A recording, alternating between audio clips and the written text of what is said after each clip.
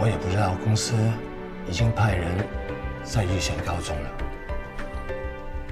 更想不到原来你就是 RE 公司暗中派来调查水主任的关键人物。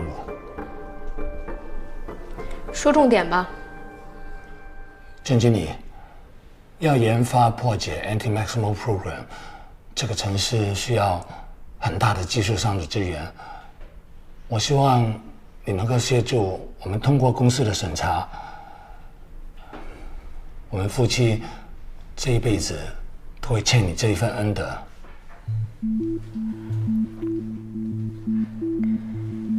这个事情基本上不可能。若001还未暴露他 AI 的身份，也许还好处理。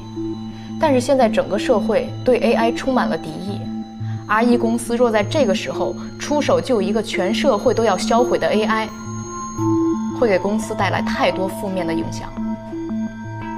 更何况，当初是你们破坏了规矩。公司对于你们私下和隋主任合作，并且事后还隐瞒隋主任其实是001的身体制造者，感到非常不满。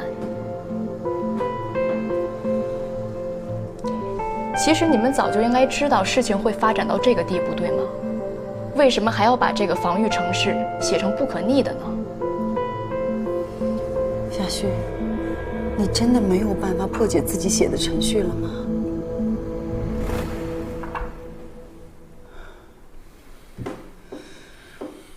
我们在这消耗1分钟，安安离毁灭就近了1分钟。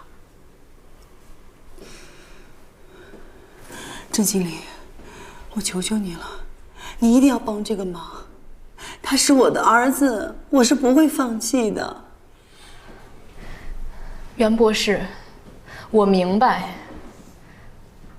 不是只有你们在乎这个小机器人。